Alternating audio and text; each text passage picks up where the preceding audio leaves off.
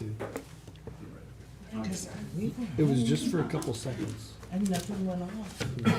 Yeah, mine, everything went. Because usually I have to redo my microwave and all that. I didn't have to reset anything in the house. I was out in the shop I was out in the shop. I got a microwave. I'm surprised I didn't have to reset the stove and the microwave. I got a microwave that's very sensitive. Yeah. Mine usually are, If you blink So at does it, mine. but I didn't have to reset anything. But I definitely went on and off.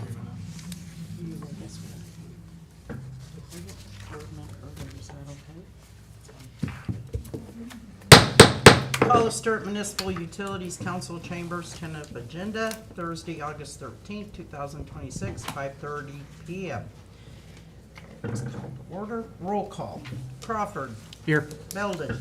Here. Harry. Here. Sherman. Here. Avy here. Okay. Agenda approval. Consent agenda, minutes of regular meeting, 7/21/2026, and special meeting of 8/3/2026. Financial statement as of 7/31/2026, and bills as presented. I have something. Here on where we did the, cost of living, I made the motion, it was to approve 4% for all, but Nadine, I would vote yes for all, but Nadine, I would abstain, and you put me down as abstained on all of it. Okay, so do you want me to make it two motions, two separate motions? There was only one cast though, correct? Yeah, there was Yes. only one motion made, there was So that only wouldn't one be vote accurate. taken.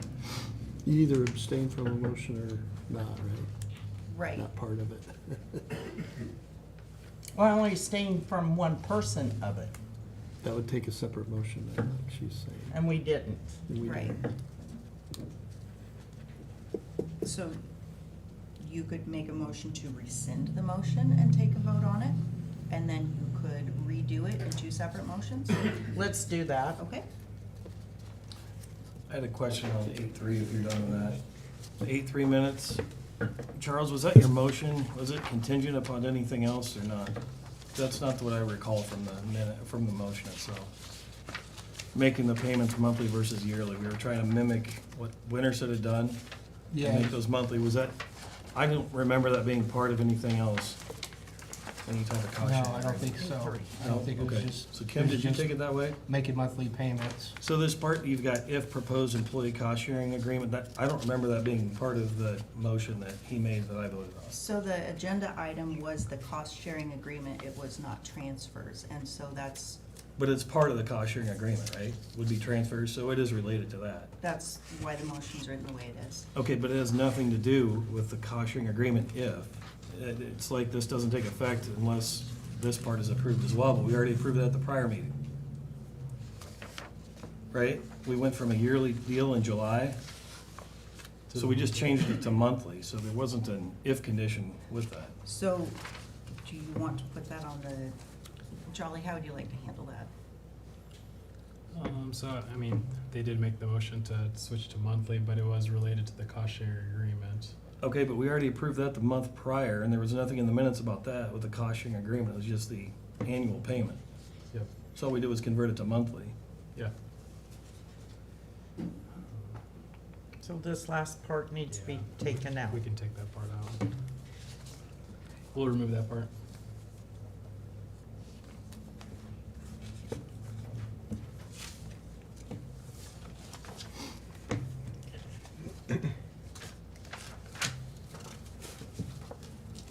So when do I rescind that now and redo it, or wait till we open these? So we can do that under the employee wage item, Okay, okay? okay. Okay. Okay, anything else?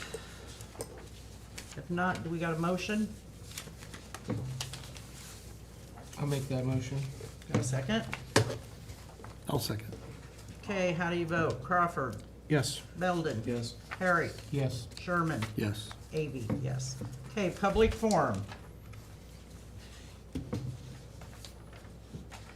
No one? Okay, employment sharing agreement, utility attorney Steve Brick. So Steve is not here this evening, but I did speak to him yesterday. One update we just wanted to share is that the legal memo will be put together between him and Dwayne. The purpose is to have that for the September meeting, so nothing to report on the cost sharing agreement or the employment sharing agreement, but I have had conversations with Guthrie Center, like we said at the last special meeting, just about how their municipal utility is structured. I've got also a message with Greenfield too, to kind of learn from them and see what theirs is structured, but they also, so Guthrie Center in particular, they do a 50-50 cost share with their city and utility employees, so that part, is pretty, it's not unique, it's standard, at least between the two communities here, so just some minor differences between the utility superintendents, but that's something we can discuss after we get the legal memo from Dwayne and Steve, so. Great. Is that it on that? Yep. Okay. Number 7, utility employee wages, 2026, 2027. Yeah, so as per the union negotiated contract between the Stuart Municipal Utilities and International Brotherhood for Electrical Workers, the 4 other employees are already given the 4%, so that they have that between now and through fiscal year 2028. The action before you is specific to the utility superintendent. So the utility board has historically maintained that median wage increase of 4%. And so with this is just a recommendation to kind of coincide kind of that union negotiated increase with the utility superintendent position, because he's not subject to that 4% increase that started on July 1 for the other employees. So the action before you would just be staff recommendation to approve that 4% increase for the current utility superintendent. So, any questions?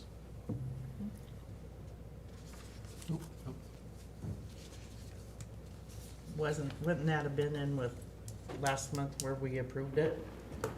I thought that was related to cost share, wasn't that related to cost No. share? Right, so you were supporting the 4% That wage motion that went to the increase council. for the shared employees. Yeah. For this week here, we had already voted. That's what I was talking about, abstaining. We'd already voted on Which that. date, Kim, are you talking about? 7/21/2026. But we did not have the resolution before you. That was a recommendation, it wasn't a It resolution. was for the city employees that we share. So this is the resolution now. Yep, Correct. and that's in the packet. Should it go back to July? This doesn't say. It says And no it will go union. back to July 1st, right? Their So- wage, The that salary increase can't go back to, we don't do July 1, because it's based off of when it was actually effective. no, we've always went back at the beginning of the year, when we start the year. For the, We've always, okay, you know how we do our year, July 1st through June 30th? yes, I'm aware of the. fiscal Okay. year, yep. So the way we do our fiscal year, if we don't have a raise for them, we have always went back to July 1st. But I think the motion, to your point, the way it reads, is it does cover it. It doesn't say, it just says to approve a 4% wage increase for non-union utility employees as recommended by City Administrator Omar. So why would that not cover Pat, the way that's Because we written? didn't have a resolution then, that was just a Okay. recommendation. Oh, okay. A resolution. So I want it to go back to July 1st. I don't know about you guys. What do you need a resolution for? It's very standard procedure with many other cities. Ash preferred to approve things by motion, but resolution Okay. is the new Okay. standard. All right. And we only had one for everybody but Pat at that point? Or no? Yeah, Or just the sharing deal? union was It just a share- before. Okay, I got you. Okay, It was just a recommendation. gotcha, yeah. Okay. I'll make the motion. So, And I would make a motion retroactive to July July 1st. 1, perfect. okay. Got a second? I'll second that. Okay, how do you vote? Crawford? Yes. Belden? Yep. Herrick? Yes. Sherman? Yes. AB, yes. Okay, Kim, did you want to make the motion to rescind your previous yes. motion? and redo I'll that make a one? motion to rescind my, motion on 7/21/2026 on the 4% wage increase. So then, So then we need a second and a vote. okay, That's for everybody, yes, and then we'll re-vote. That's for the city shared for the employees. shared agreement. Yes, Yeah. and then, I'll second. okay, how you vote, Crawford? And if, can we just put in the note on that, for the reason of the Sure. rescinding? Mhm. For, just as a correct, this is a corrective measure, Okay, so, so how you vote, Crawford? yes. Belden? Yes. Herrick? Yes. Sherman? Yes. Maybe, yes. Then I make a motion that we give 4% wage increase to all of them but Nadine Avey. Move. Is that how I wanna do it? Yes. Okay. Second. Okay, how do you vote? Crawford? Is this including, Jolly as new employee? Or, because he was just coming in as a new employee as of Yes, this year? I thought that's what we did in the July meeting, when we looked at the shared agreement, that included that. Yep. It includes Is that an right? increase, an immediate increase after a hire? That's what I thought. Okay, we I'm voted- just clarifying. I just That's what I wanna thought we know. voted on that night. Okay. If that's what you guys wanna do, I just wanted to understand if that's what was I'm happening. old, it could be, Charles, you're the young one, what do you remember? 6 That weeks ago. doesn't mean I remember it. Okay. I think I remember it too. I thought we asked that question, I thought we answered the question, that he was included in that. Yes, he was asked that question and he said, he kinda hesitated and he goes, yeah. Remember that? Yeah, so. He's a young I one, you was a know, part of he'll the- remember. My position was on the spreadsheet. I thought it was the too, employees yeah. too, so. Okay. Yep. You made the motion and, okay, we were voting. Crawford, Yes. Belden, Yep. Herrick, Yes. Sherman, Yes. Avey, yes. Then I make a motion to give Nadine Avey 4%. Shouldn't someone else? Oh, Yeah, wait, someone yeah, else. somebody else has got to, yeah. I'll make that Someone motion. stayed. I'll second that. Okay, how do you vote? Crawford, Yes. Belden, Yes. Herrick, Yes. Sherman, Yes. Avey abstain. So then the other minutes from 8-3, that change or correction to the motion will just be reflected in the updated It'll be minutes? corrected. Okay. Okay. Number 9, resolution number 2601U. We skipped 8. Oh, electric rate increase, financial chip. So the, Chip Give him a Schultz break. with PFM, the bound document at your locations is informational as an attempt to try to revisit the prior discussions that we've had at a board level over the past couple of years on electric user rates. It becomes more sensitive now as you're looking at issuing the Iowa Energy Center debt, the 2% debt for the substation project.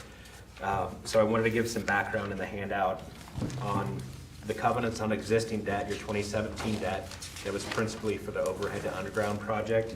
So in the bound document, and this is similar to material that we looked at the May meeting, on page 2 of 7, there's a rate maintenance covenant in place with the 2017 debt. That essentially means that the electric fund must produce net revenues after paying operating expenses to produce $1.25 of net revenues for every dollar of debt service. That gives you a debt service coverage ratio of 1.25 times. That's very common with the revenue debt in the bond market. What's also in place with that financing, the 2017 financing, is a covenant where if you issue additional debt, and that's why it's timely with the Iowa Energy Center debt, that's proposed to be electric revenue debt, payable only from the electric fund.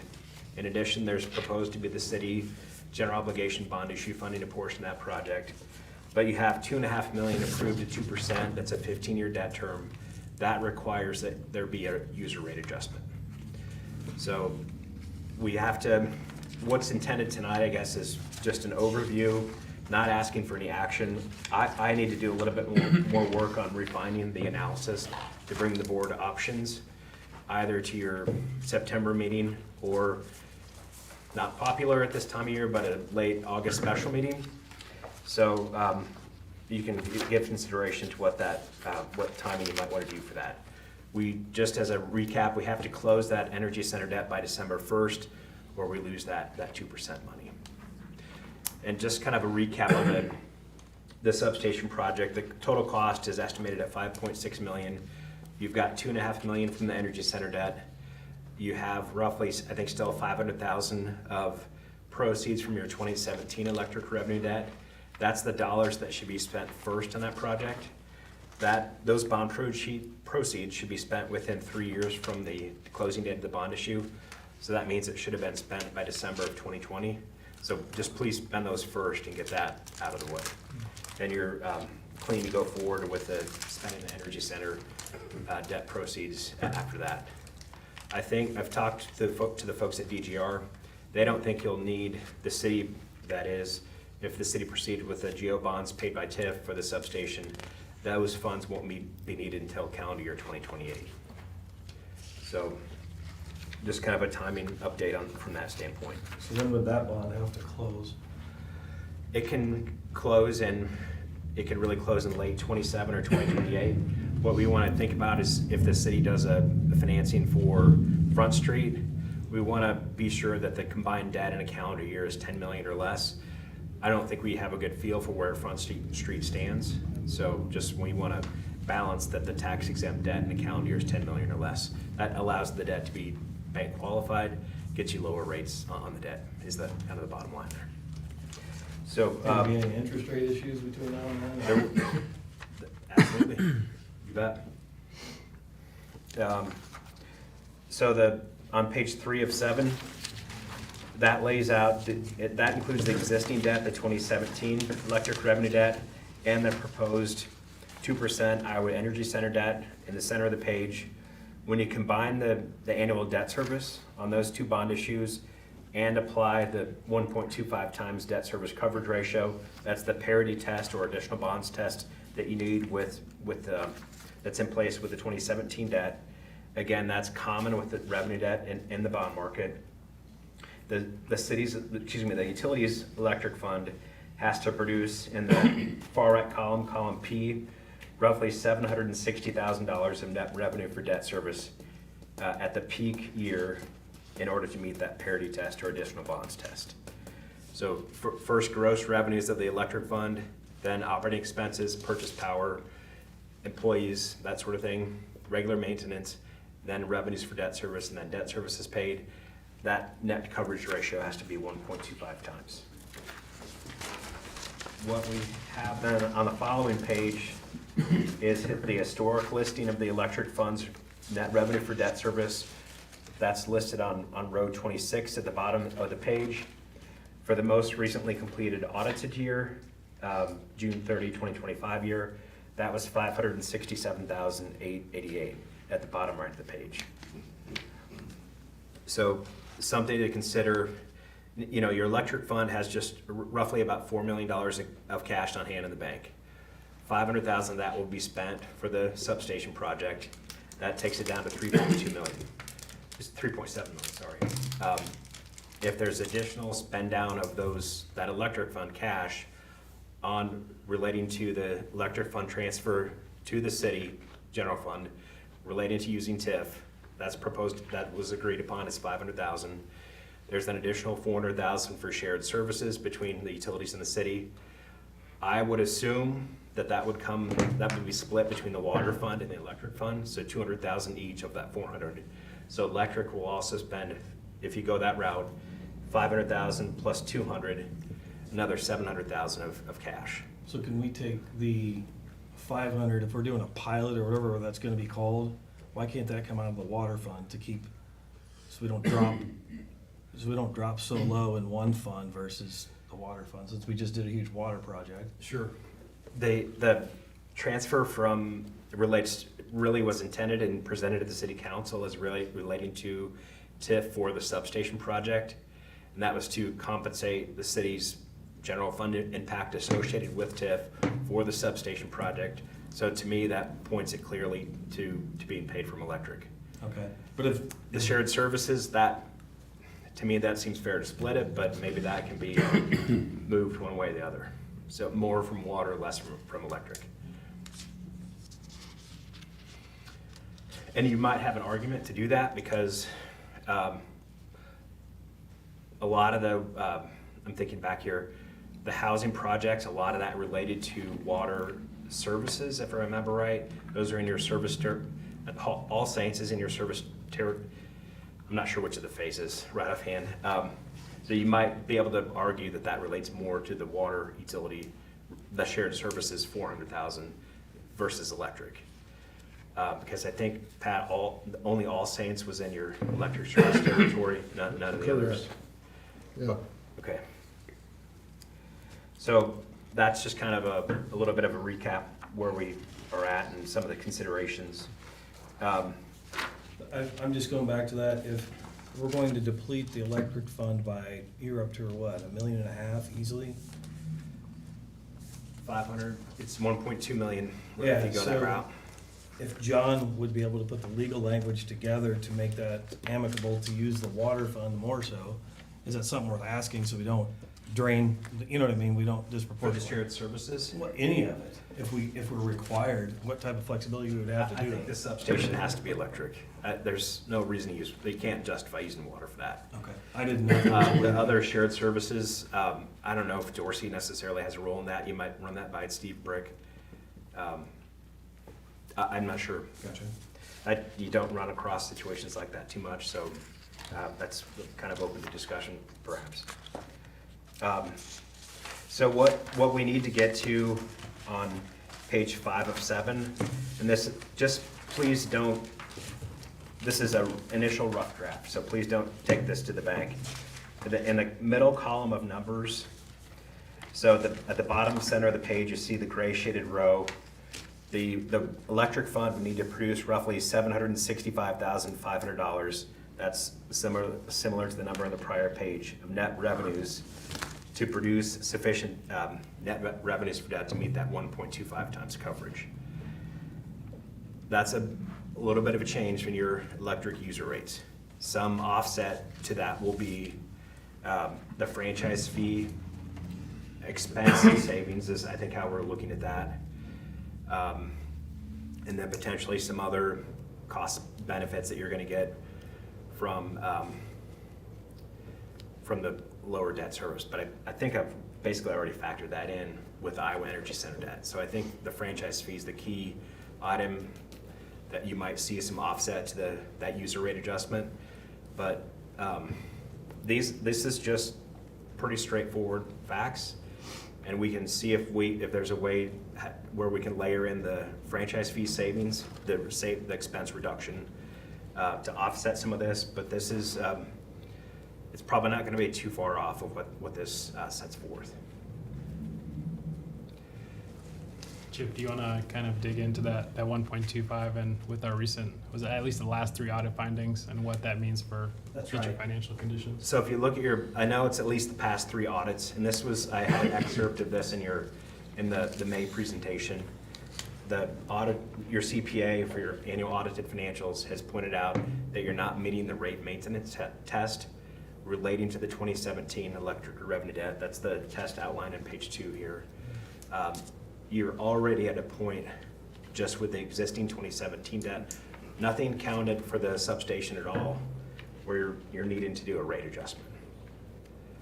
Your defense to ratepayers is you haven't done a rate adjustment since 2017, but it's a legal covenant that you have to meet as long as those 2017 bonds are outstanding, and frankly, probably as long as any electric revenue debt's outstanding. They're very common covenants. There's nothing unique about them that are in place. So that's one measure, but it does not include how much we're sitting on. We could be sitting on $100 million in cash, and that doesn't touch that parity test, right? It's strange, but that's Yeah, exactly it's a true. one- It's so very, just make sure you understand that it's a one-dimensional test. We could be sitting on everybody's assets in town, and rates could be, 0, and the bond It's a legal holder, covenant. whoever, yeah. it's a legal covenant with bondholders. Yeah, so just, there's another test. Probably The for, parity test or additional bonds test, that's the second item on page 2, where that takes into account not only existing debt, but also the proposed debt. So, meaning it has to take into account the Iowa Energy Center debt proposed to be issued. This year, it has to close by December 1st, so. so this does not, I guess it's important that I think everybody understand the council members that voted to allow this TIF deal to go through, right? That parity test would be even worse if we had to pay for the 2.8 million, and we wouldn't be looking at 765,000, be looking at a heck of a lot more, right? Yeah, you would. So I mean, we're making a one-time payment out of our reserves, and the council members that voted for that, I mean, that was a, It's several percentage points savings on your rate adjustment. There's a little bit of background on that, that's in the loose sheet that's in the handout, and you're welcome to refer to that later. This lays out, the folks at DGR Engineering had put together some class shifting options if you chose to, as a board, move more of the rate adjustment to commercial instead of residential. A lot of the scenarios that were looked at last year in 2025 and in 2024, those had the rate adjustment be more uniform, applying across the board to both, all classes. This focus is more on residential at a different tier than commercial. So that's just something to consider as we evaluate this a little bit more and bring more detail back to the board. So could we do, for these rate increases, could we have like 3 groups like we do with water? create 2 classes. Yeah, of commercial. So the ones that use, the commercial that uses a lot of water, they pay a little higher than the other commercial. And then have residential. Could you do your meters that way? Where you have, I think Sarah said the other day, you have to make a 20 large. We have 3 different rate classes for electric already. So we've got the residential, we've got the smaller commercial, and then we've got the industrial commercial. So it's already done that way. It's already done that way. Okay. You could break it up according to each tier, certainly. It's totally your decision as a board. how you And want what to- DGR has here is just the 2, so you could go out and You can refine this a little bit more, yes. We'd really want to nail down what the kilowatt hours sold is per each class, per each tier. the other utilities that you work with that are similar revenue size to ours, do they have that level of detail? They have it broken out according to different kilowatt hour sales tiers, but they're moving toward a direction of making them more flat, meaning like a flat per kilowatt hour amount, regardless of what the level of usage is. So in other words, not shifting it more to commercial, just keep it uniform across the board.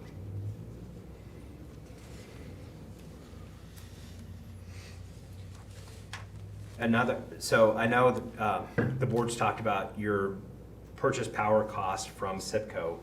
I think Pat's been relatively steady in the 6.5 cents approximately per kilowatt hour. If you recall back to the slides that DGR Engineering had presented, that tracks your kilowatt hours billed. So and that's been steadily increasing on the basis of a steadily increasing year-over-year kilowatt hours billed to customers and keeping the 6.5 cents stable per kilowatt, your purchase power cost is still gonna go up in that context. Say that again, sorry. So if you sell, 100 million kilowatt hours per year, and that jumps up 3% each year, even when you apply the steady, stable 6.5 cents per that, as the sales go up, the units billed, the kilowatts, as that goes up, your purchase power cost is gonna go up each year also. Because you buy more, when you sell more power, you buy more power from SIPCO, and then you pass that on to customers. Even if it's a flat billing amount, that still does go up as your customers buy more electricity. That's just, Think about it if you sell more water gallons. and right now, More our adaptable. cost structure is too tight to maintain a strong enough margin to get to your 125, is what you're saying. You're not meeting it just alone on the So 2017 it's just gonna debt. get worse in the same factors. It will get worse. Okay. You bet. And you can't, the energy center debt has to be 15 years. There's no negotiating and restructuring. It's a flat, steady debt service amount for 15 years.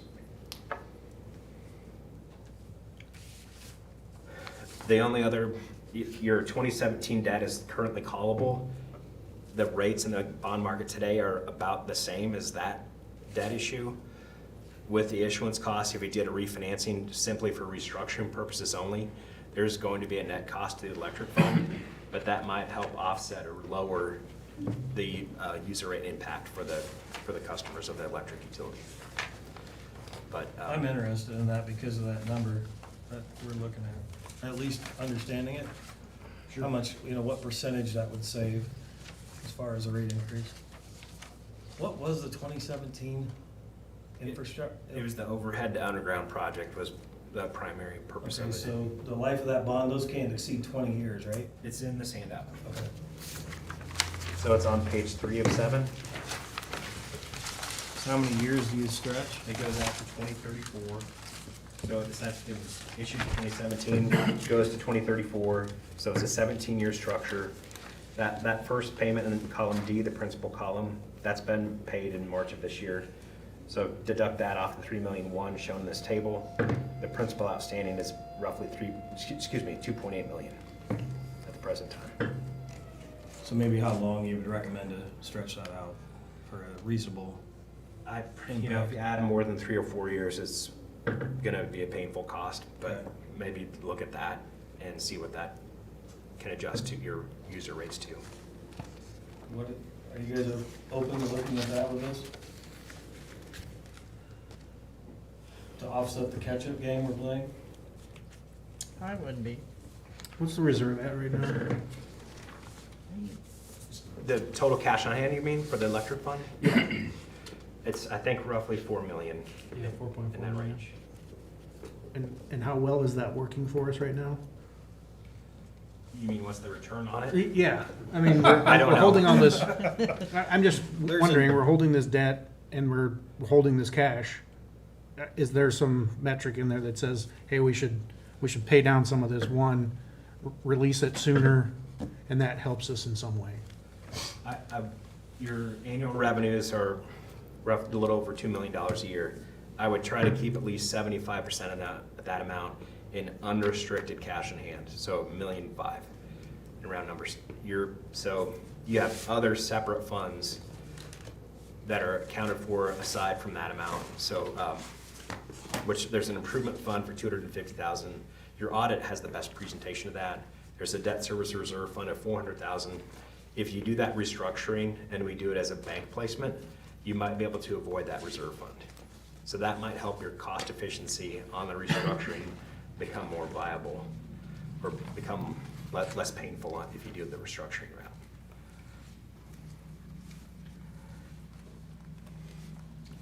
There's bond proceeds of $500,000, and I can't recall the rest, but I think your unrestricted now is a little over $2 million. So just kind of getting touch and base to bring the board back up to speed a little bit on this, and if you're probably gonna need to make a decision at the September meeting on what to do for the rate adjustment. Do you wanna be prepared to do that, assuming I get you the information well enough ahead of time? Or do you wanna have a late August special meeting? I'd rather have a late August meeting, that way we've seen it before our meeting in September. Okay. How much are we looking to raise, just like a guesstimation, raise the rates, percentage-wise? It's still a little bit fluid, I guess, at this point, but I think it's gonna be double digits. Couple digits? But the timing, it doesn't have to hit all at once. You can stage it out over 2, 3 years, 4 years. So if you did 4 years, it's gonna be double digits. So is the first year gonna be bigger and harder It will than need the to be. rest of them? It will need to be because we have to meet that debt service coverage test for the issuance of the Iowa Energy Center debt. Like, we're gonna But- keep it under double digits for the first year? Yes. Okay, Oh, yeah. okay. So now we can do the restructuring, taking that staging up or stair-stepping up of the rate adjustment into account, meaning we can have less debt service on the potentially to be restructured 2017 debt, less debt service in FY '27, a little bit more in FY '28, a little bit more in FY '29, and then slightly higher amount in FY '30 and so forth. Just a thought, going back to the email from Blair last year in April, option B, he proposed, I'm looking at this at a ratio basis, not these rates. So the ratio basis between residential and commercial, okay? So the aggregate that he proposed here was 5% residential, 21 commercial over time. So, I mean, what is that, 80-20-ish? So Roughly. residential 20, commercial 80. I like that ratio, just my own perspective, and I'd like to see it tiered over the 3 classes versus 2. So, I'd like to see a target percentage of where you ultimately are trying to land at where commercial is over residential. And so that it's not, every time we have a discussion of what we're gonna do with rates, it's, well, let's just put a ton more on commercial and just a little bit on resident. I mean, the residential number is so much larger that if you put a couple of percent on the residential, what do you mean it's so much larger? I don't follow you. Your revenue source. your revenue source after residential is higher. Not by much. Was it 60-40? That's not From that the much. rate things we've done before, it seemed like it's been a higher. Oh, you mean the higher rate impact. increases? We haven't done a rate increase for electric for what, 10 years? 9 years. We've I'm had talking- studies though, that have shown the impacts and like if you do different things, so, Yes. yeah. I mean, the same for me, the same goes for water. Like, if we're gonna do that, I just don't want it to be this continually rolling number that you're just always impacting your commercial on a heavy amount. But I think this is gonna be a multi-year type of plan, and so if you go back to page 4, rows 2, 3, and 4 give you your revenue sources, like I said. Right, it's- but I'm just saying, if we're talking studying other communities in Iowa nationwide, what's the reasonable difference in rates of commercial versus residential?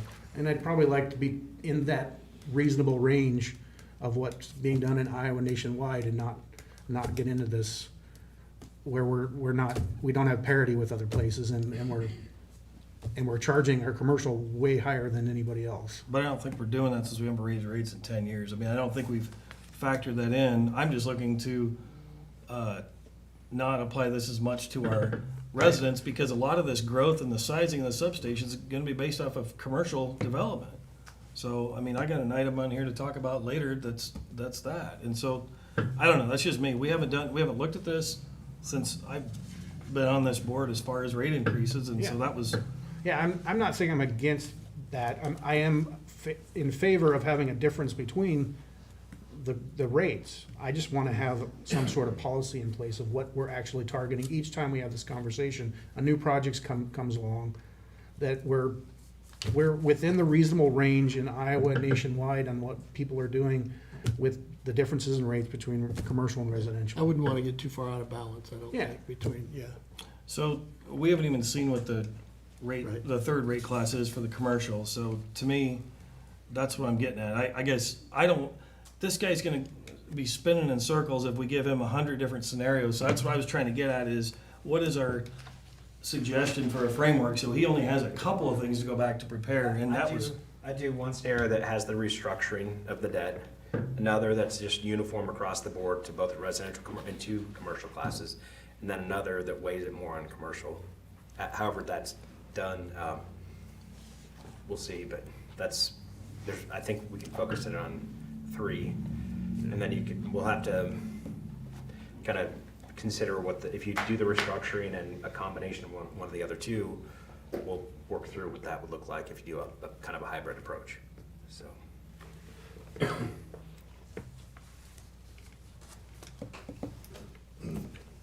So when, at the end of the month, would work best for you? The last Monday's good, if that's okay for you. Is folks. everyone gonna be around or not on vacation? I'm gonna be off next week. So the 31st? That would be the last Monday. That'd be the last Monday of the month. Yeah, But it's gotta be posted. I'm good with that. I'm good with it. I'll be here that week.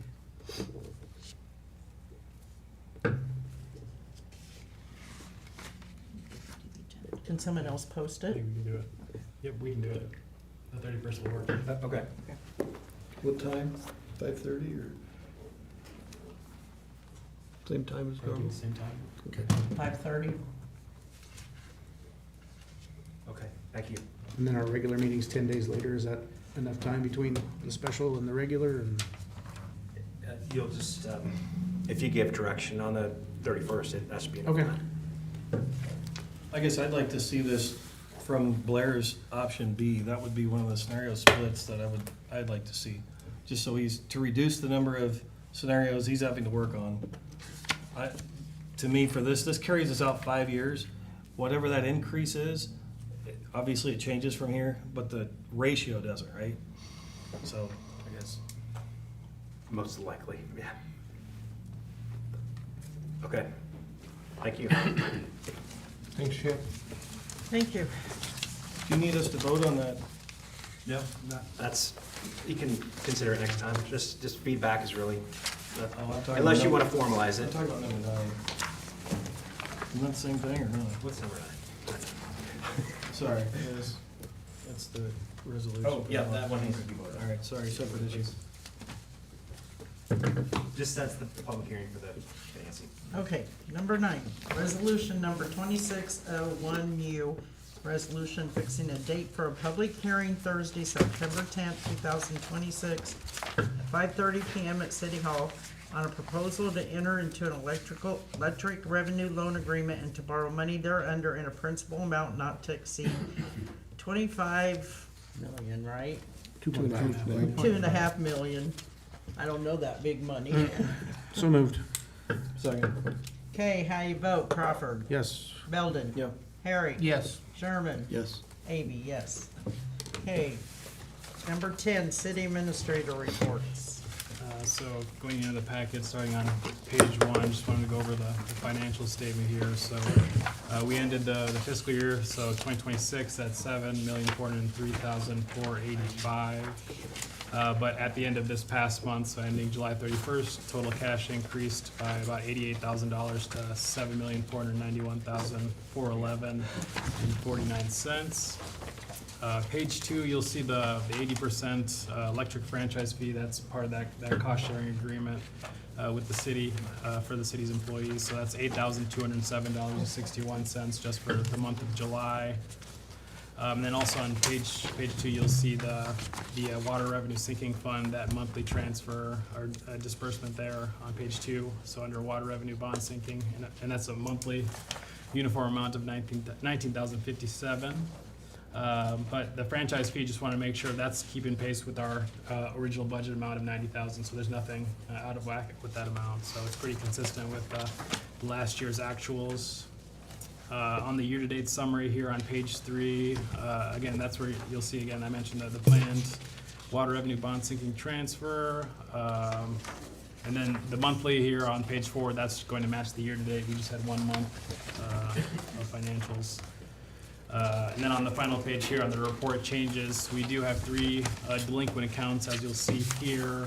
1 delinquent account that was paid in full. 7 payment agreements that were scheduled here for July, and then we did get 1 paid in full payment agreement, so. But that's the financial update for July for city administrator, so. One other question, I thought it was in your report, is actually in Chip's. Chip, in this, in your deck here, you've got investment interest income in row 21. Something going back to what you had said, we kept talking about this. What's that fund, the state fund? I paid. Yeah, so is that something, is that reasonable, as you look at that we should be doing something different with the reserves to generate more interest income? It depends what you're getting on your current bank account. I would just compare it to that. Just a question. We can look at Yeah, And the fact you might be moving the money to a non-Stewart entity first, just so long as the board is aware of that. say that to what? If you move it to. Oh, yeah, it yeah. will be in a Stewart bank. Sure. we'll calculate the return at least for the next meeting and see what the differences are. It was something that was a personal preference that you had brought, what's that? I can run that now, but I don't know the portion of the cash Reserves that's that are in in it. investments versus the portion That's in in checking. checking. Yep. So you have to isolate that. Something we've just talked about before, and since we're, anyway. Anything else on his reports? Oh, that's all for me.